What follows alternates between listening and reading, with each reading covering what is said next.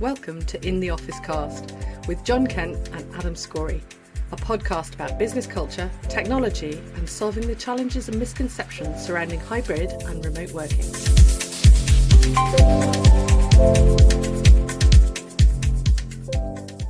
Our latest episode is part 2 of our conversation with Dr. Jeff Standridge from Arkansas in the USA. Right, so round 2 with Dr. Jeff Standridge, this guy that seems to be able to, he's he's like a mini-me Elon Musk.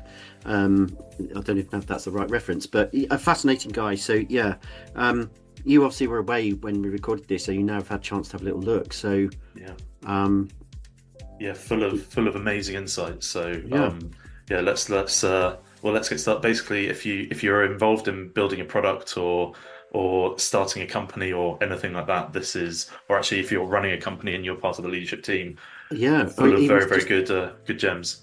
Think about starting one. You literally have got an idea for something and some fundamental basics and principles and values to think upon. And Jeff's got some really good insight. So yeah, let's have a listen. Sounds good.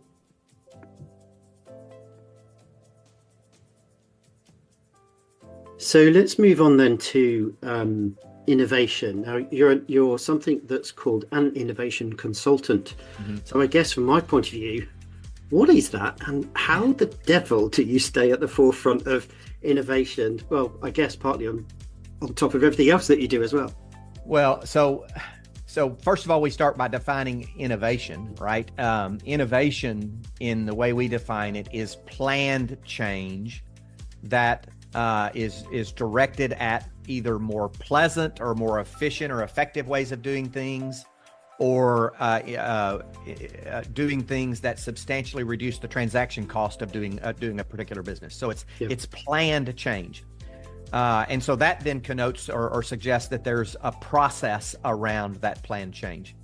And so we actually are more what I would consider process consultants for innovation. Right. than innovation, in and of itself. We stay on top of a lot of technological innovations and what companies are doing to drive innovation, the processes they're using, and we kind of assimilate those. We've built kind of our own end-to-end innovation process. Right. It's kind of a 3-step process, disrupting the status quo, creating massive value, and then making it stick. So it's problem identification, it's solution design, and then it's organizational change to implement that solution.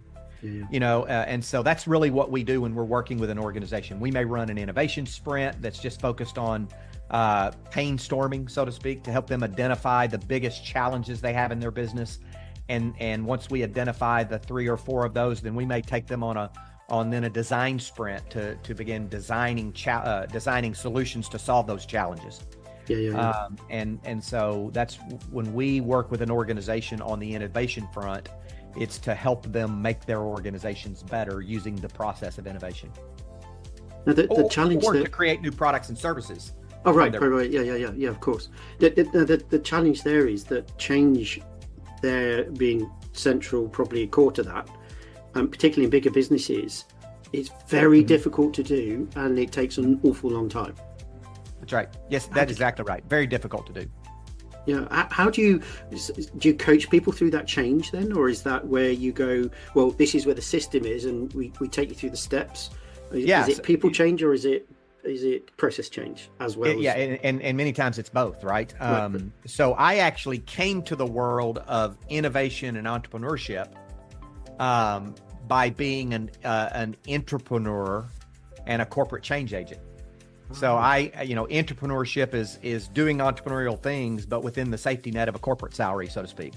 And in fact, I was in the mergers and acquisition world for the company I worked for that took me to Europe and China and Australia and Brazil and what have you, either starting or acquiring companies within the portfolio of this larger organization. Right. And then I was kind of a change agent within the company.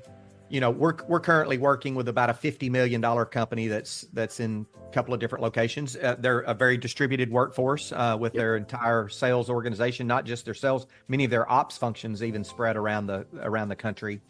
And we're going through a complete organizational transformation process with them. Wow. And helping them kind of re-envision the future, re-hone their strategy. We've restructured the organization with a completely new set of top leaders in the organization. They're bringing in a new CEO, and so we've been working with them since the latter part of last year, and we'll continue working with them throughout this year to really drive just a completely new organization forward.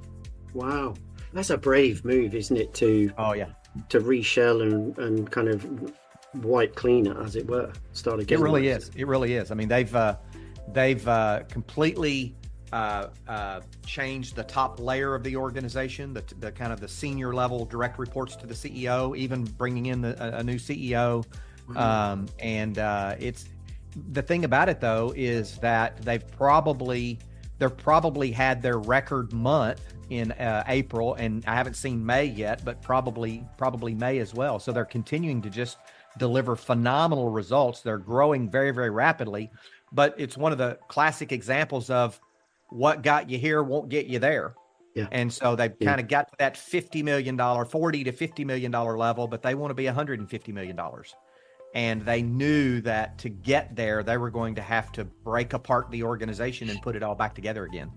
Yeah. I mean, that's a perfect segue into leadership generally, actually, because again, I've seen this for a long time. There are good leaders, there are bad leaders, and one of the challenges with leadership generally is the fact that it's a choice, but there's no support or training necessarily. I think the stat is something like 80% of all leaders have never had any sort of formal training. So, I mean, how a business gets to 50 million without kind of a leadership structure that basically doesn't have that any sort of formal capacity to understand what leadership should be. Not only that, leadership, if you take it even 3 years ago, 5 years ago, the change has been exponential in terms of what's expected, how the swingometer, if you like, has gone from the company having all the power to the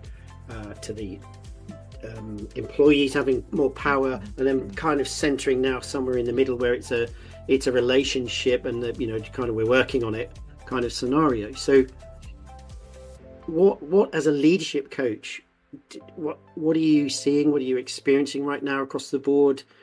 Are you seeing the same sort of thing in the States with the organizations that you're working with? Again, we're still hitting up against this kind of, we're putting leaders in place, and actually the problem is the fact that we're not supporting, we're not leading the leaders properly. Yeah, so I have a little bit of a different take on that. The research where I got into the leadership world was as a young graduate student back in the 90s. I was studying the differences in top performers in the healthcare world at that time and average performers. Right. And ended up, as a result of that research, being asked to move into an IT company to do the same research. And I was looking at what are the differentiators of success. And what I found was that it had nothing to do with academic credentials, with certifications and letters behind one's name, or how many hours of classroom training they had. It really boiled down to behavior. Yeah. And behaviors that center around two different concepts: results and relationships. And so each of us has tendencies. Some of us are more results oriented and some of us are more relationship oriented. But people who are consistently successful, either as individual contributors or even as leaders, are able to balance those two very, very well. If I focus on results at the expense of relationships, I will experience wild success very quickly until I alienate everyone around me who's responsible for helping me maintain those results, and then I lose them both. But by the same token, if I focus on relationships at the expense of results, people will love me, until they lose respect for me because I can't do what I say I'm going to do when I say I'm going to do it, and I can't deliver consistent results. So it's this constant tightrope. And I think leaders, everyone has the responsibility of owning their tendencies in that regard, discovering them and then owning them, and then creating mechanisms around themselves to help them maintain that balance. As a leader, the most ineffective form of education or training or skill development that occurs is in a classroom setting with a talking head in front of the room, right? Yeah. But some people learn okay that way. It's just the least effective for the most people. The second form is some form of self-development where I do some assessment, I get some feedback, I figure out what I'm strong in, what I'm weak in.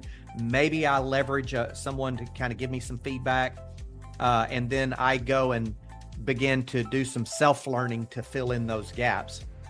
The third form is through relationships. I surround myself with people and give them permission to be critical with me and to give me feedback and to hold me accountable and provide me some coaching. And maybe it's a formal coaching relationship, maybe it's more of an informal mentoring relationship, but I seek out those mentors versus the company pairing me with them.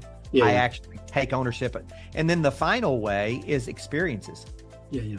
You know, when I was asked to move to the UK and oversee the acquisition of 21 companies in 7 countries, I was 5 years out from being a respiratory therapist in a clinical environment. I had no business background, but my leader saw something in me and she put me in a situation where I was kind of sink or swim based upon my experiences. And so, you know, that continuum of classroom training to self-development to relationships and mentoring and coaching to actually new experiences, I think we all as leaders have to leverage that continuum in proper proportions to our learning styles to be able to develop and change with the times.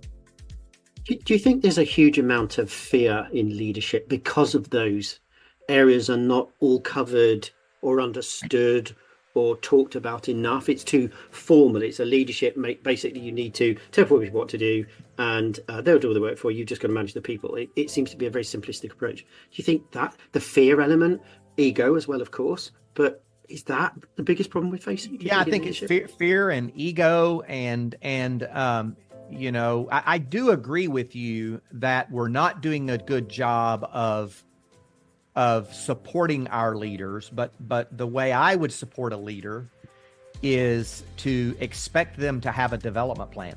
Yeah.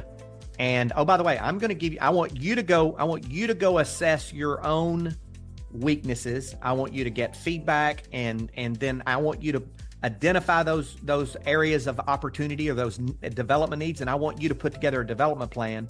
Then I want you to come sit down with me and I'm going to assess your ability in assessing yourself, your accuracy in assessing yourself. And I'm going to give you some additional feedback and make some additional development recommendations. And then you're going to go execute that plan. Yeah. Versus me bringing in, you know, a trainer to come and train you, because what you may need is different than what she may need and what he may need and what have you. And I can't find that many trainers. So let's build a plan that's customized for you. And I want you to take ownership in building that plan and I'll help you refine it. Yeah. And it takes quite a lot of guts to be that vulnerable. Oh, you know, it's interesting you say that. So when I started my career in the corporate world, in this IT company, I was 30 years old or so, fresh out of being literally a respiratory therapist in a hospital. And I never will forget, I was sitting in a meeting with my new team. I'd maybe been there 2 weeks. And we were talking, I don't even remember the topic, but we were talking about a project that maybe hadn't gone as we'd planned or something like that. And the executive was a female leader. The executive of that group, she said, yeah, you know what? That was a failure on my part. That's on me. I let you guys down. I'll take responsibility for that. I'm going to correct that. I was blown away. I had never heard such strength and such vulnerability at the same time in a meeting like that, where someone stood up and said, I failed you guys and I'm going to correct that. It had a huge impact on me. Had a huge impact. And vulnerability in leadership has become quite a hot topic, hasn't it? It's become, again, much more acceptable. I think partly because men are talking about it a lot more because they can. I mean, so many other reasons. I suppose there's thousands of reasons, but it's a very powerful tool, this vulnerability. You know, even I think Stephen Jobs was alluding to it when he said, don't employ smart people and tell them what to do. That ultimately saying, as a leader, be vulnerable. Employ these people and help them, elevate them because you can, but they'll elevate you at the same time. That's the whole point. As the tide rises, all boats should. I talked about results in relationships a few moments ago. I'm a results guy. I do a pretty good job at relationships, but when it really hits the fan or when the pressure's on, I'm going to err toward the results. So I had someone that I hired. Her name was Brenda. I called her Bryn. She was about 10 years, maybe 15 years my senior. And when I was this young, snot-nosed executive really trying to climb the ranks, I depended on her. She would come into my office and she would sit down and she kind of let out a big sigh, and I'd say, Bryn, what's going on? And she'd say, well, in the town hall today, when you said A, B, and C, I say, yeah. She said, well, there were some people who didn't hear A, B, and C. They heard X, Y, and Z. And I was like, oh no, that's not what I needed them to hear at all. And then I would say, what I need to do? Well, I think you need to go have a conversation with these folks and ask them what they thought about the meeting and give them the opportunity to share that feedback with Bryn. That's great. I'll go do that now, So she really helped me kind of walk that balance. And had I say that she was probably the reason I didn't get fired the first 3 years I was there. Yeah, we've all had one of those. I had one of those as well. Her name was Ruth. I just called her Ruth because I think if I called her anything else, she'd have hit me. But she was the same. She influenced me hugely because she based all of her work on principle, on value, on what it meant to her personally to achieve. She had goals that she wanted to do, and that was super powerful, I think. Almost like a coach within a system, within a mentor. And she'd done jobs, and I think one of the roles that she led a team of 150 people. So the whole business that I was working in there, or the section of it, was only 63. So she was wildly more experienced in some areas. So it would have been stupid for me not to listen. So I really resonate with that. Well, that's really great insight there, Jeff. Thank you ever so much. Just a couple more last quick questions, really. There seems to be a big fascination. Now, these are kind of more personal about you as an individual, I guess, really. So fascination with morning routines. There's 5 a.m. clubs. There's people who get up and the first thing they do, I think Mark Wahlberg gets in an ice bath and all this kind of stuff. They have these morning routines which set them up for the day. And we all know morning routines are very important. Is this something that you believe in? Is it something you do? Have you got one, and does it work? For the most part, I have a routine. Now, I'm not the the 75 hard or the 5 a.m. club or the ice bath guy. But I do generally go to bed at roughly the same time, and I tend to get up at roughly the same time. I seldom set an alarm anymore. Unless I know that I need to be up for a very specific reason, and then I'll set an alarm, but I'm usually awake before the alarm goes off. But I'm usually I start waking up around 4:30 or 5. I may not get out of bed until 5:30 or 6, but I may lay there and just kind of gear up for the day. I go and hit the shower and fix a cup of coffee, and I come to my office. My wife won't let me work from home. She said that's her office, and I infringe on her territory. And so 8 years ago, when I left the corporate world to start my own thing, I worked from home for about 3 months, and she was like, yeah, that's not happening anymore. So I have an office. It's only about a 5-minute drive, but it's downtown on the high street here. And so it's kind of my place, and I enjoy it. I come here. Well, it looks like home. Yeah. I turn on CNBC, and I watch the early start of the market and answer a few emails from the night before, and then go about my day. There are some days when I'm at my best, there's usually an exercise routine. Yep. I was a cyclist for a number of years, and then I started flying, and that kind of took my time away to cycle. But yeah, I do generally have some kind of physical activity. It may only be just a few minutes. And so that's kind of my morning routine. It's just kind of gearing up for the day. And then I have one usually at the end of the day when I am able to get home at a decent hour is to usually I'll go outside. We've got an outdoor living area kind of in the garden area, and I'll go out there and sit, might have a refreshment and reflect on the day. But yeah, I think, I think the thing that probably contributes the most benefit to me is having the consistency of going to bed and getting up. Those two things.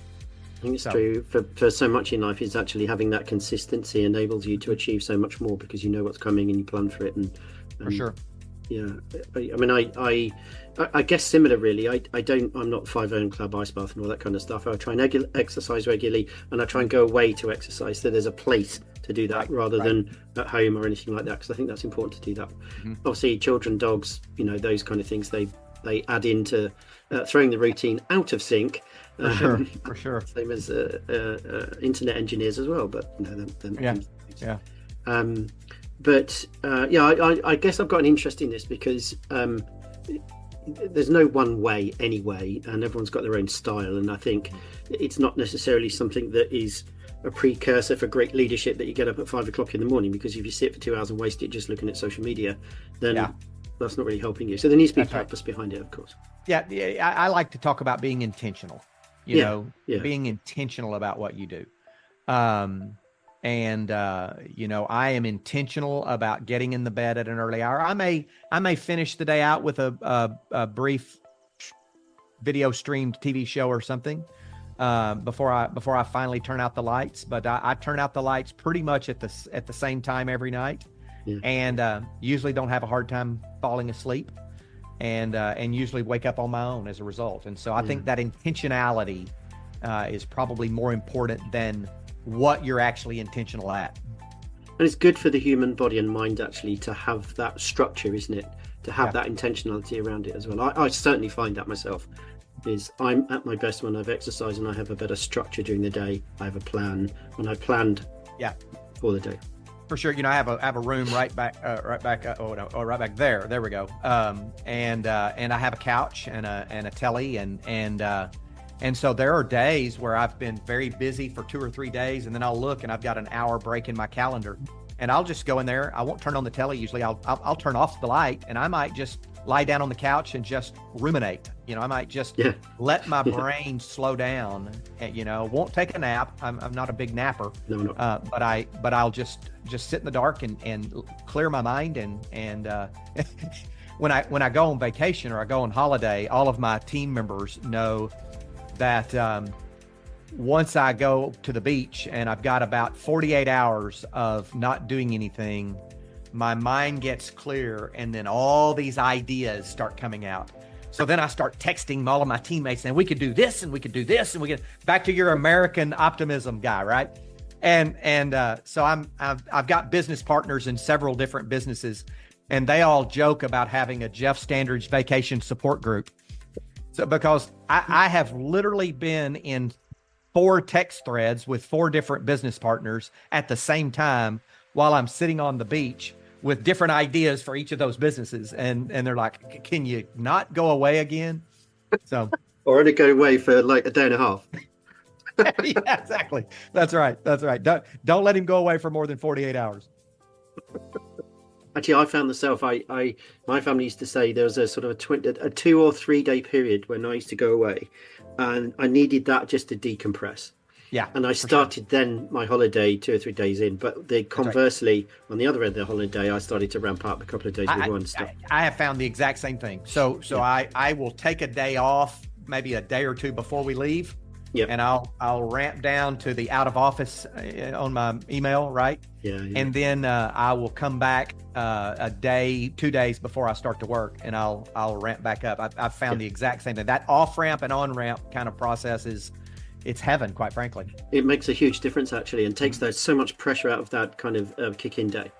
Anyway, your time is precious. There's one last thing, if I may, and it's just we haven't really touched on the side of education, so we'll just briefly, if I may, just indulge that a little bit. What, as an educator, with all the things that you do for Arkansas University and the young minds that you're teaching, could you give me then 3 things that you would pass on to the future generation of entrepreneurs and innovators that would become part of their kit bag of success? Sure.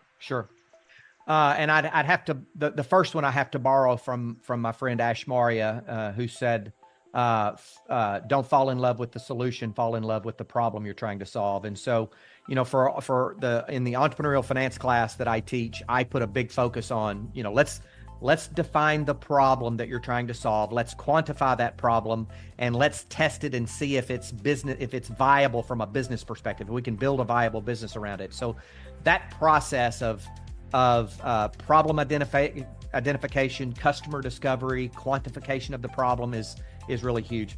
The second one is I teach entrepreneurial finance, but I spend the first 2 weeks teaching personal finance because what I have found is I see entrepreneurs who struggle to be successful purely because they don't know how to manage a checkbook, even their home checkbook, and they run their business like they run their home.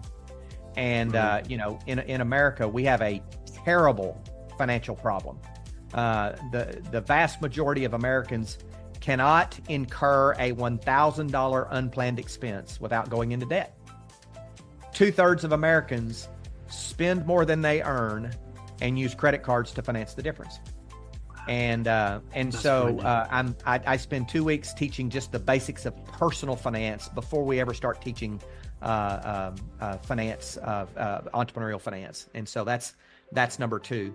And then the third one is, I believe that we should spend more time, and it's been my experience as well, we should spend more time teaching people how to find and utilize mentors than we do trying to train older, more experienced people to be mentors. Companies that try to create a mentor match program, they say, we're going to pair you with someone. What if I don't like this guy? What if he doesn't like me? So we could do a better job of teaching younger people how to go and find mentors in their lives, how to evaluate where they need mentors, how to find those mentors and how to use those mentors. And it probably never requires the utterance of, would you be my mentor? You never have to have that conversation, because when I ask them, would you be my mentor, that shifts the responsibility psychologically to them. Where the better question is, hey, I really respect what you've been able to do. Can I buy you a cup of coffee or breakfast or lunch and just pick your brain? I've got a few questions I'd love to ask you. Much better approach. So those 3 things. Love the problem and not the solution. Fall in love with the problem. Learn how to manage your own finances, personal finances first, so that you can then learn how to manage your business finances. And number 3, get good at knowing what you don't know and finding and utilizing mentors to help you fill the gaps. Absolutely. Powerful stuff.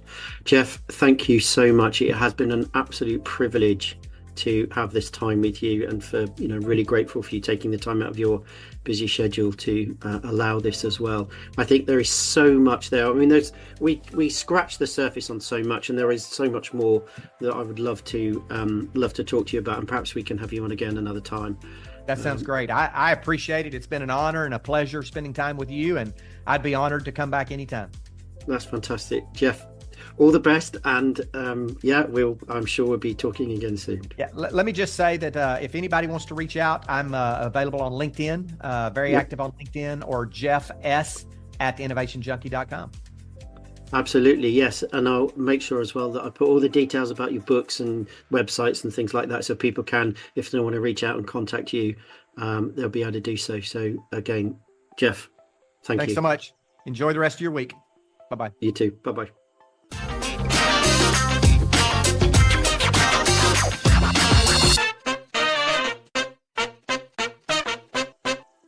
Right, you obviously met him in part 1, so you got to know this guy and all he can do. So part 2, okay, we didn't cover quite as much stuff, but my goodness. Lot more business relevant stuff though, Yes. I think, which was, Yeah, and very much leadership so. relevant stuff, which was really, really interesting. Yeah. Yeah, the guy's obviously seen quite a lot and been involved. I was impressed with the, kind of, because obviously I didn't know this chap before I agreed to have him on as a guest, but it's the experience that this guy's got with, taking the first example he talks about is this 50 million business that they want to double the size of it. I mean, Yeah. That's not a small job to do. So he's, Yeah, what I found really interesting about that was because obviously I started in the office, so that's my baby. Yeah. If it gets to that size, and I remember I think it was Stephen Bartlett talking about it as well, where you step down, and the guy from Gymshark, can't remember his name now, but where they've stepped down.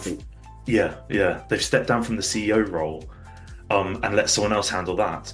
And there's part of me that's like, God, that's really brave, and also, very results driven, where you're going, I'm not the right person for this. We need to find someone that either has experience or is the right person to take this over. That's unbelievable. So the change management of that, Yeah, so watch yourself.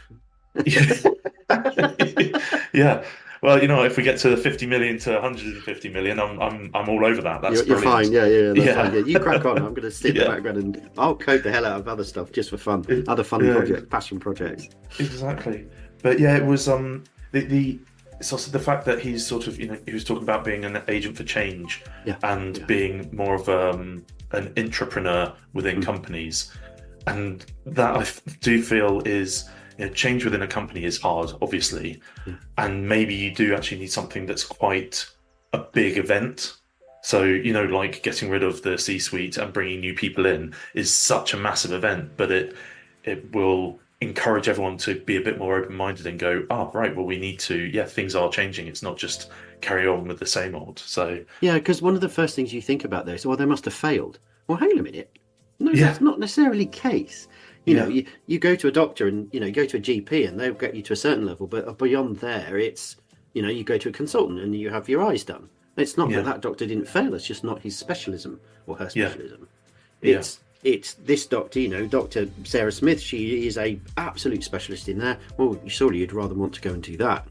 Now, by that stage, there'll be, the CEO isn't necessarily the person who runs the company anymore. There's shareholders and other leadership team. And if they're all saying, well, but you're right. I think it takes an incredibly brave person to go, do you know what?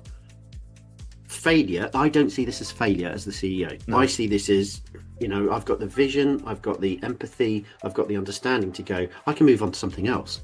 I did this business to 50 million and that's my, I'm cool with that. Yeah. So if you're happy with that and you want to continue and be at that level, that's fine. If you've got a different view, and the other thing that he was talking about when he was mentioning about leadership and the two different types, so are you results or are you relationship driven? And also, what do you then default back to in terms of pressure, and how you need to know your weakness? And because you can work on these skills, you can say, actually, I do need to be more results driven because I'm too much on the relationships. But if you know your weakness, then you can step out of the way and get someone else in that can help. Or good. You can leadership. I was just saying, that's just great leadership to be able to go, I've got a hole there, I need to fill it. It's just smart.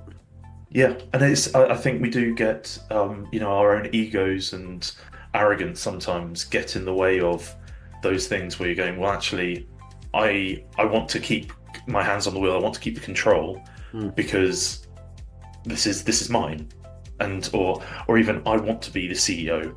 I'm much better if I'm actually in design and working on the product, but I want to have the title of CEO, and that's what's important. So, well, in which case, you're not going to reach the things that you want, because you get to the edge of your weaknesses, don't you? And that's where you start to fall down and things get more difficult.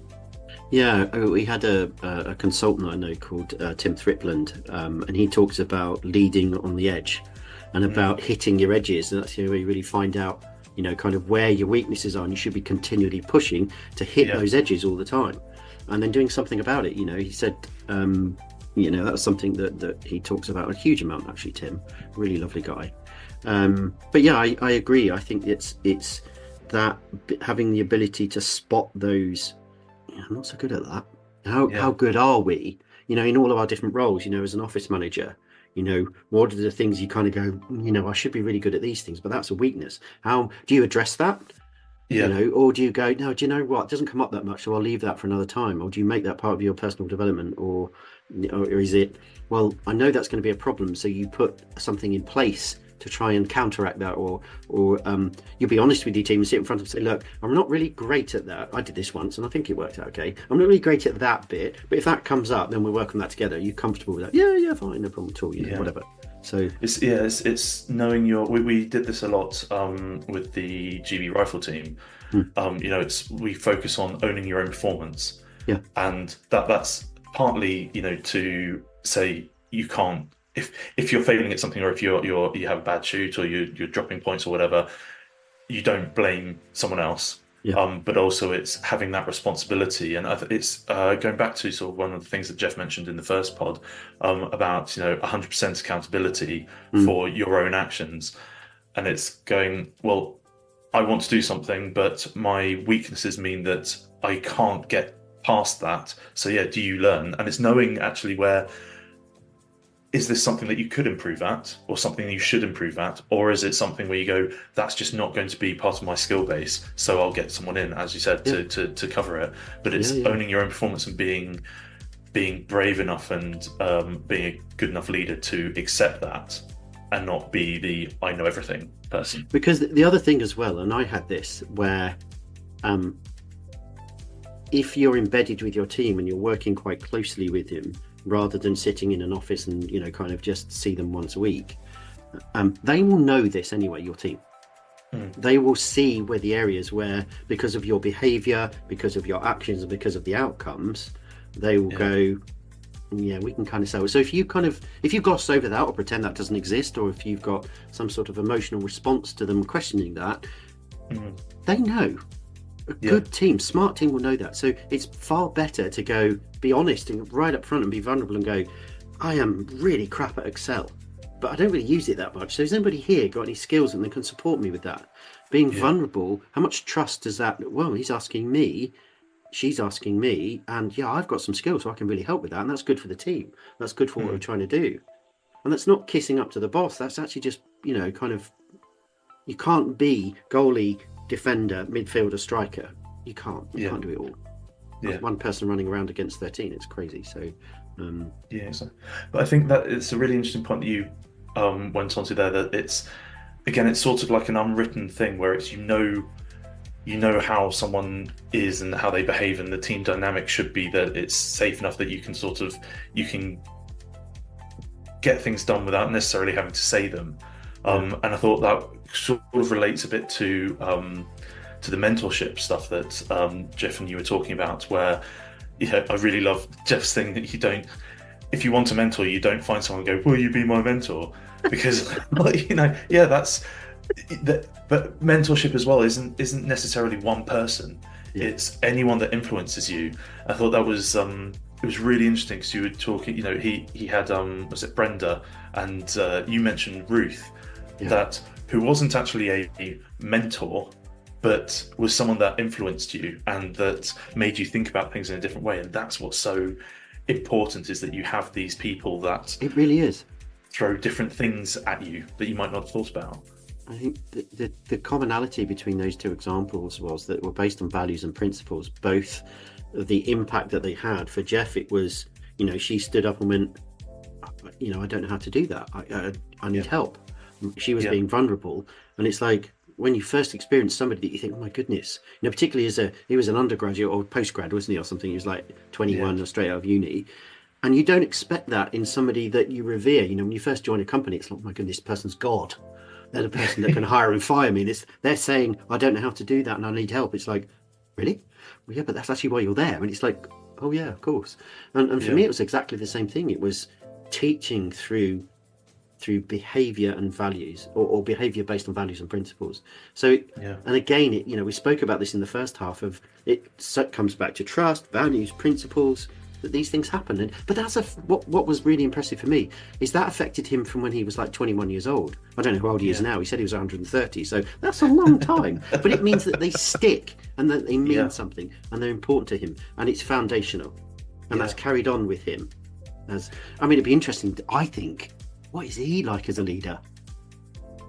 Well, yeah, all we have to do is reach out to him and say, can I buy you a coffee and ask some questions? What I took from that, because I obviously, at the start of my career, I started off thinking I wanted to be a lawyer, and did the law degree and the LPC, and then worked in a law firm in 2 law firms for a total of about 4.5 years. And one of the things that I definitely had people I would call mentors outside in like my personal life. But in my work life, there was no one, and those were horrific for you. I hated every day going into the office. I didn't do anything that was worthwhile. The work I was doing wasn't great, and I sort of was waiting for something to change. And actually, I think back and go, had I been able to feel like I could find someone that could mentor me, again, not in an official way, but just give me a bit more of a heads up about what life was going to be like if you carry on down that path, or what was expected of me.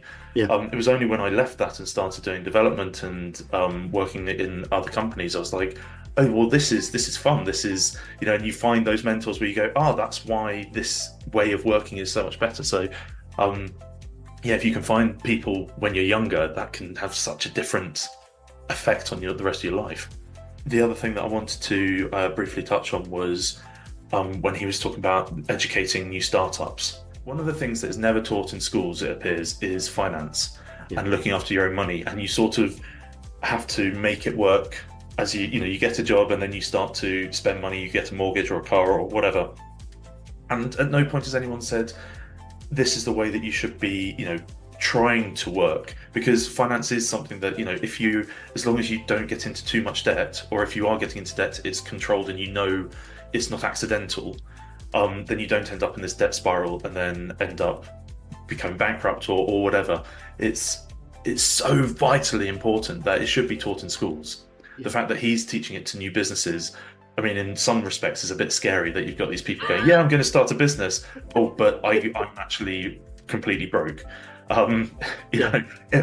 When I say that, I don't mean that circumstances have meant that you haven't got a job. You're broke from that perspective. It's more that you can't run your finances. You might have a job, you're running your finances, and actually you just keep gambling, or you have a really expensive habit or something. You just keep wanting to buy sports cars that you can't afford on finance, and it turns out that you don't have any money. It's that sort of trying to prevent that and get into good financial good financial practices. Yeah, absolutely. Yeah, I do think that financial planning and financial education is just so vital. I think bringing that back into sort of more of taking it forward into the business environment, I think it's understanding as well about one of the hardest things to do then is understand scale, because there are lots of different ways to finance a business, for example. And one of them is, everyone just thinks, I'll just get an angel investor and they'll give me £1 million, and then I'll make 10 million, and then we'll get another round of investment, and that'll be 20 million, and then we'll be 100 million. And there's no concept of, do you know how hard that is? Do you know the questions? Jeff did touch on some of the questions that they ask. He was talking about SaaS businesses and saying, I want £2 million recurring revenue, I want 50% year growth, and that's 10% of what they're interested in. So the numbers got to stack up. And then second, it's like, when I'm going to rip apart the leadership team and go, I really need to know that these people are going to do what they say they do. And this guy doesn't spend, we give them $20 million and we spend 10 million on buying the leadership team a Tesla and a jet. It's like... Well, it's interesting as well, because those numbers that he was talking about, he's obviously looking at later stage companies. It's not early seed. A startup's not going to have 2 million annual recurring revenue. But like for some of the earlier stage ones, I talk to quite a lot of people who are early stage companies, and if they have had investment, there's a relaxation that you go, I've got that money in the bank, that's good, and you can then get a bit sloppy with what you're spending money on.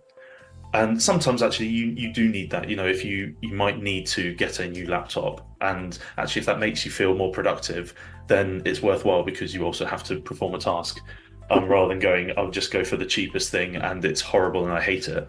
But also the one of the issues that I've personally found with running a business, and it's how much money you've got, and you're trying to forecast things, and that's impossible, because the arrow could go through the roof, or it could just trickle along the bottom.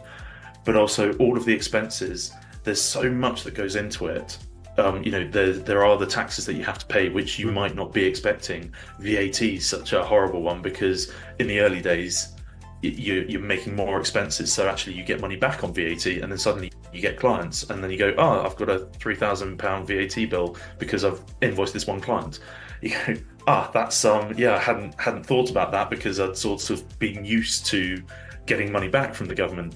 And the taxes around paying yourself. So when I first paid myself a salary, I went, there are a lot more taxes in here than I was expecting. That changes a few things. So there's so much to think about, but it's trying, as you said, be really pernickety about it, and keep an eye on it. But I think it's understanding that everything that you do, because one of the other things about being a startup is when I started this and it was just me, there is a belief that you sort of go, well, it's just my time, it doesn't cost anything. Actually everything, your time does cost, because you lose a day, you've still got to pay for 3 meals a day, or for new clothes for that day, whatever it is. Everything costs. And it's one of the big issues that I see with so many teams and so many companies, is they don't appreciate that all time costs. So if you have a daily stand-up and you've got 10 people and it takes an hour, that's 10 hours worth of time that you've paid for people to stand around, where most of them probably aren't listening. So it's like, try to appreciate that everything costs money, and try to keep control of it. I wouldn't say keep it low, but make sure that it doesn't slip. Or you understand what it costs in the first place. That just that realization that, yes, average, my business, if it's got 20 people in, that's 20 times 8 hours a day. That's 160 hours a day that you're paying for. So how do you use those? Stephen Bartlett's famous for talking about his tokens, isn't he? We get 8 tokens a day. How are you going to use them? How are you going to place those bets? So one of the last kind of silly, I called them, well, the education one wasn't silly. I wanted to chuck in one silly question. I think I had a couple in there. But this one was about, there seems to be this fascination with morning routines for successful people, and I've got no idea if this guy's successful or not. I assume because of all those things he's done, that this guy didn't, he's not on the bread line, he's not living out of cardboard boxes, and if he's a venture capitalist, then he's got a few pounds and pence in the bank. So based on that, it was like, what's your morning routine? Was that a stupid thing to ask him, or what did you think to his answer? I mean, it was... No, I thought that it's very interesting, because again, you're sort of talking about the difference between the Hollywood startup CEO type person and normal people, where going to bed and getting up at the same time. So many podcasts I'm listening to now are saying that's actually essential for your long-term health.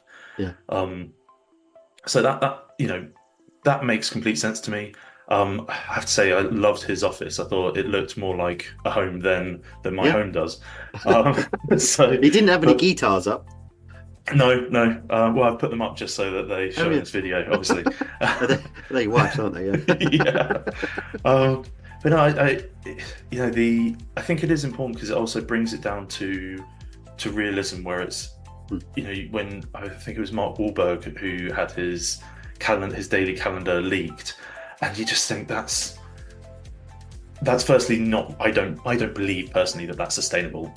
He must be training for something, but also I feel like all of that just promotes this idea that that's the way that you've got to be in order to be successful. And actually, you need to know what works for you and what doesn't. I mean, we've both talked about how we're stopping drinking so much coffee because of things that we've been told and myths and rumors and all of that.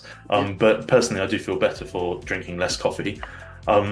So that's an improvement that's working for me. And it's all about those little incremental improvements, but also trying to come up with a way that you can inject that into your life so that can be your routine, so that you can be a better person. It's just, one of the things I look at those routines and go, first of all, he's either got a lot of money or no kids.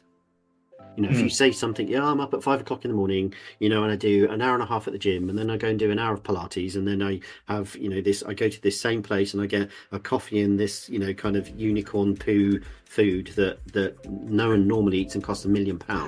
You're loving the unicorns at the moment. I am, yeah. And then, I start work at 7:30 and I do an hour and a half of, I just read my emails and I check with my broker and I do this thing and then I start the day and I think, what? Yeah. You must be the most selfish person on the planet. Where does your family come to? Where's walking the dog? Where's, kind of the kids are screaming and shouting, or they need, where are my shoes? All that kind of stuff. Does that happen? Now, what Mark Wahlberg, the example you used there, I'm sure he doesn't live on his own. He's got a wife and children. Yeah. And he's probably got an entourage. Yeah, and trainers and everyone else that, he's not there. Yes, exactly. I was just going to say cooking. He's not the one that over the stove going, right, I've got to wait for this to boil down. Yeah. He's got his own personal chef, so it really does, because these people are so influential to people. As you say, I think the key bit there that you said was that if you don't do that, you're not going to be successful. Yeah. Bullshit. Yeah, absolutely.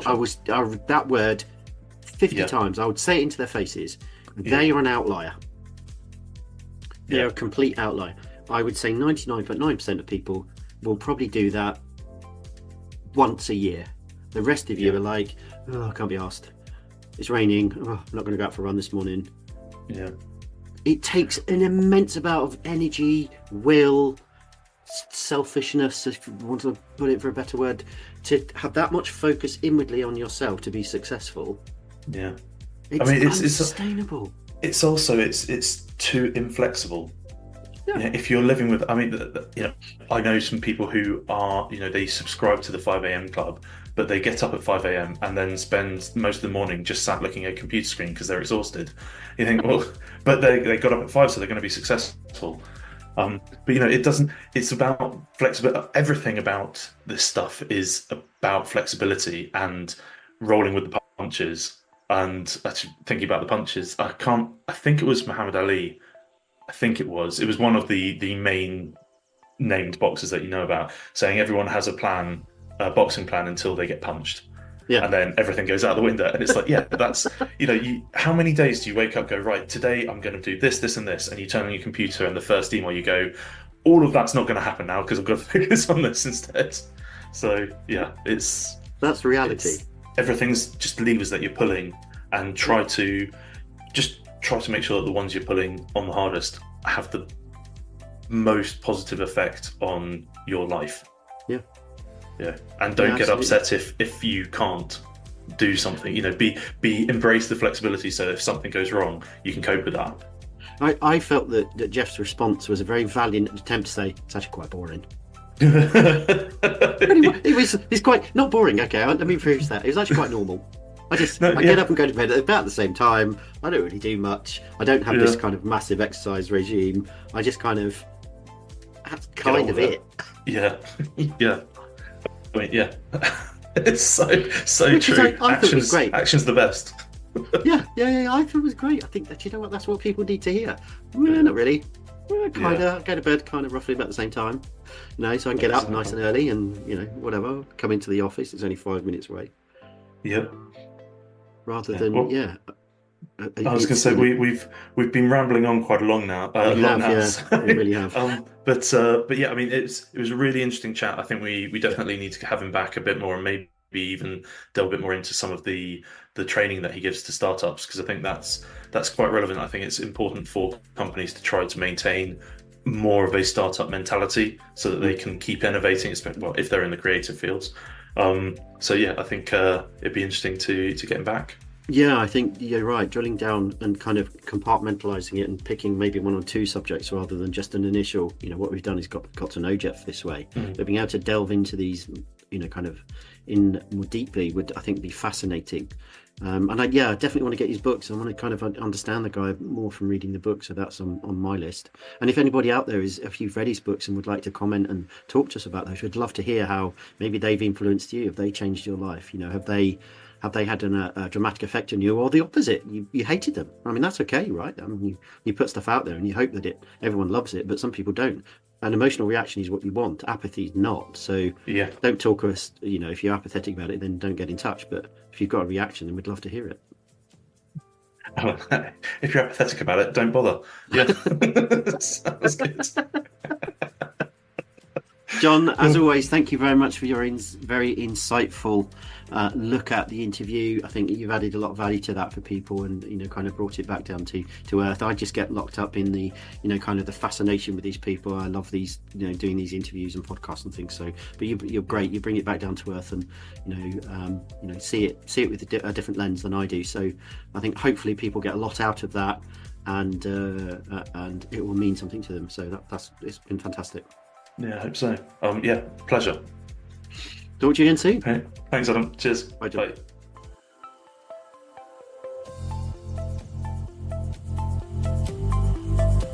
John and I really hope that you enjoyed and really got something meaningful from our latest episode of the podcast.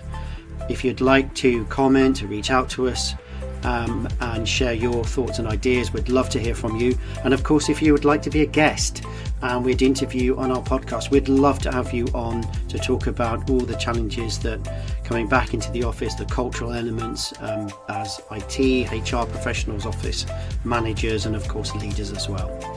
Please also do like and subscribe, and then it guarantees you get our latest podcast in your inbox. Thanks again for listening.